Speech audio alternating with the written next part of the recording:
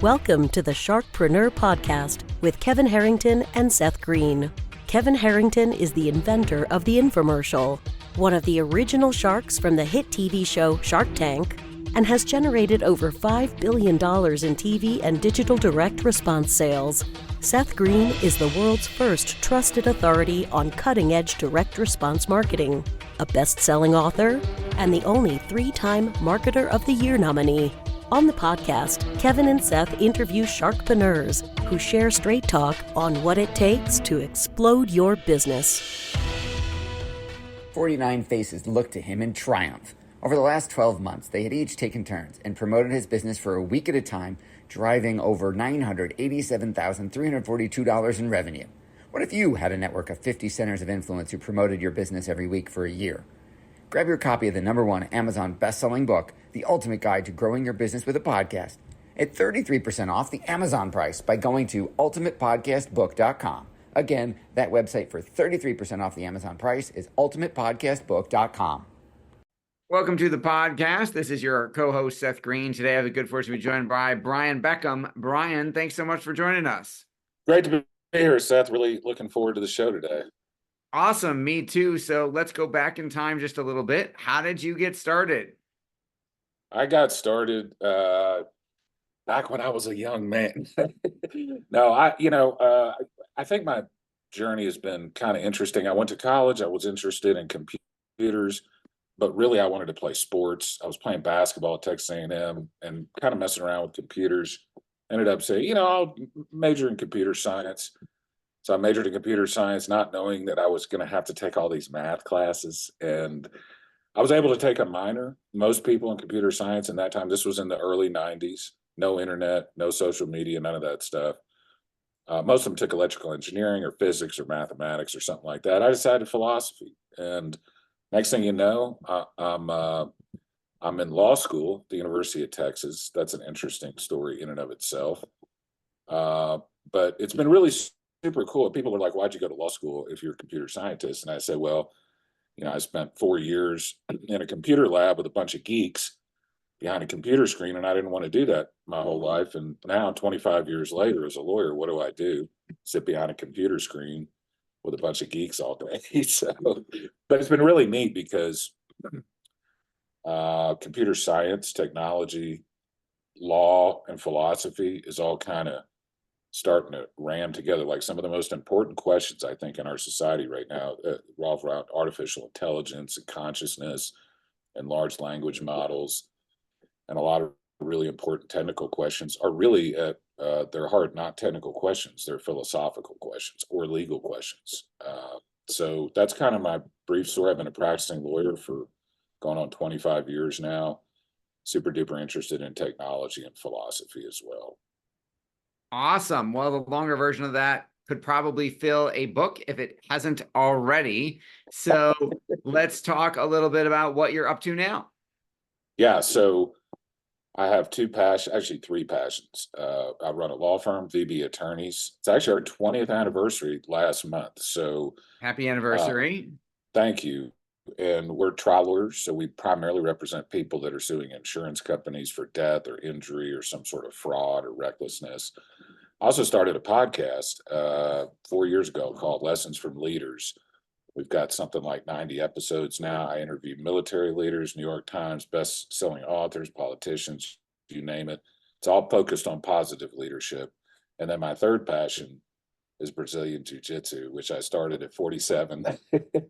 I'm now almost 52, and I try to do it every day if I can. I'm completely addicted to it. So those are kind of three things I'm doing right now, Seth.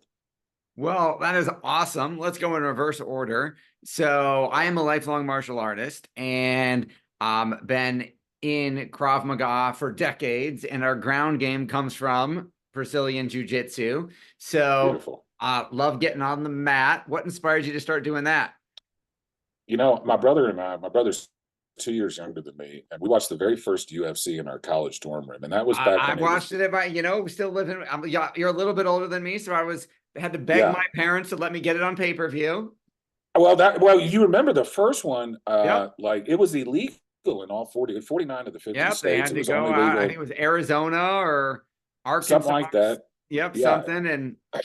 And so my brother and I, we're Irish, so we have a little bit of a, history. My grandfather was actually a bare-fisted boxer. My brother and I did various martial arts. But anyway, we watched the first UFC in our college dorm room, and we see this Hoist Gracie kid, and we Yep. were absolutely blown away. It was like the guy had magic powers. And so, of course, we both waited for 25, 30 years to start.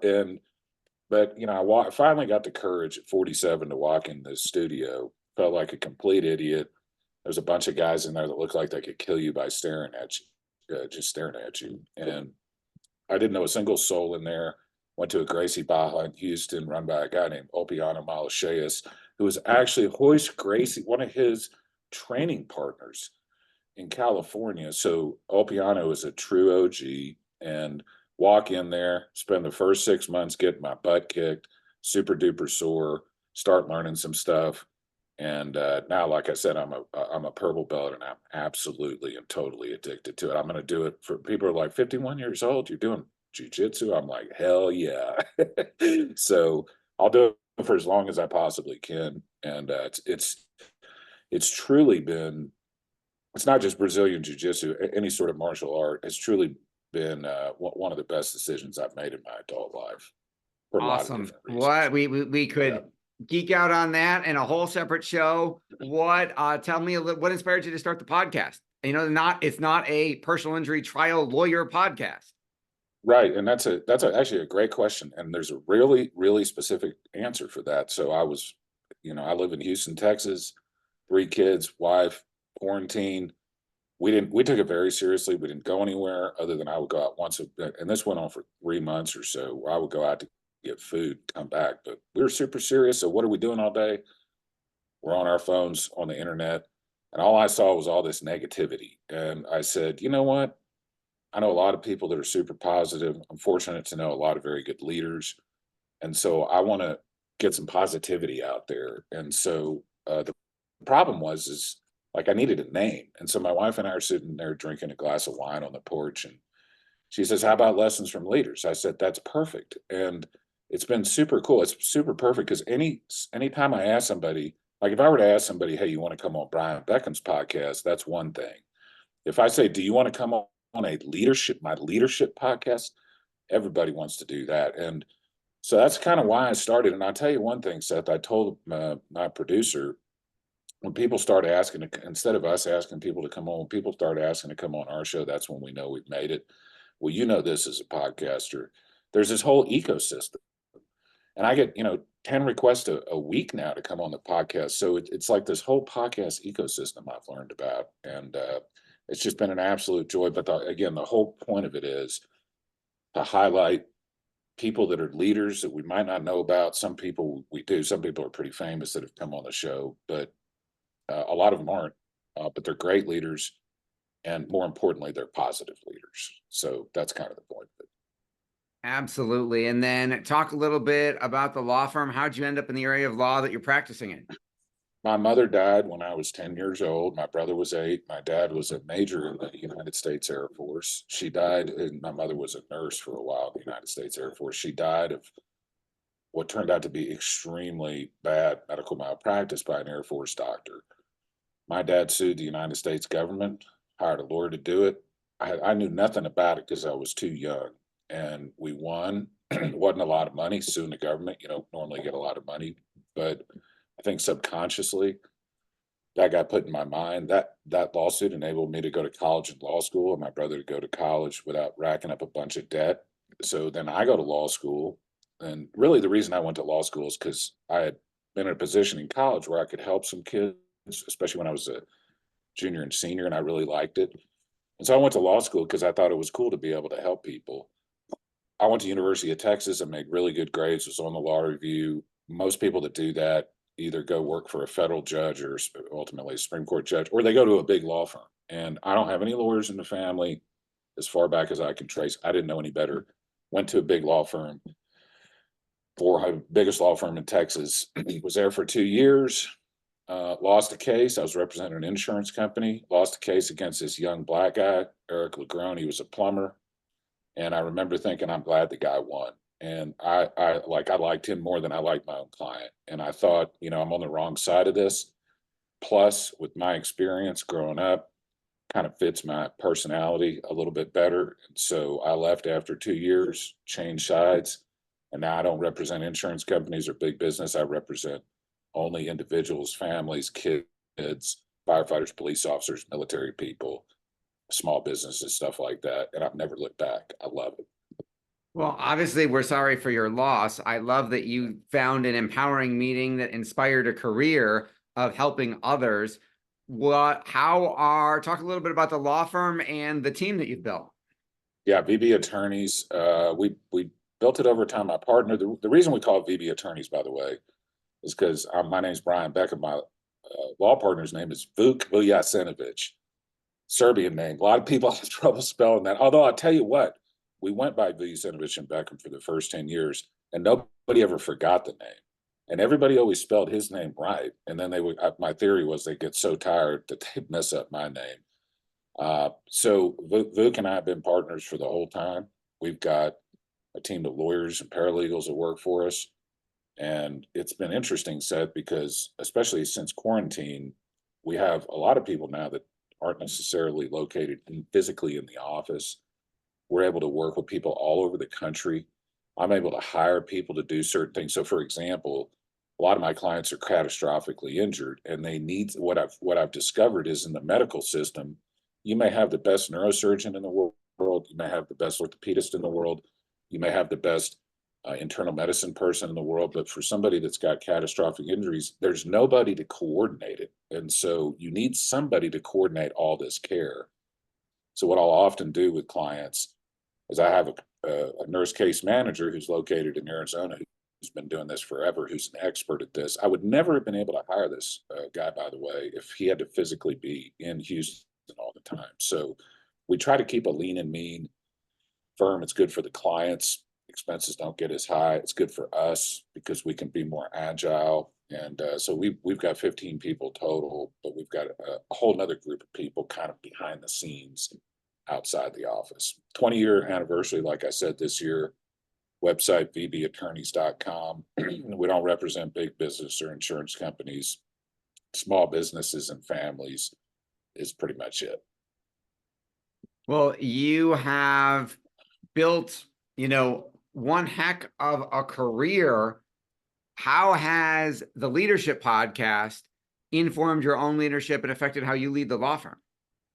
Been amazing, actually. And a couple of years into the leadership podcast, I got a phone call from a friend of mine who's a colonel in the United States Air Force, active duty colonel.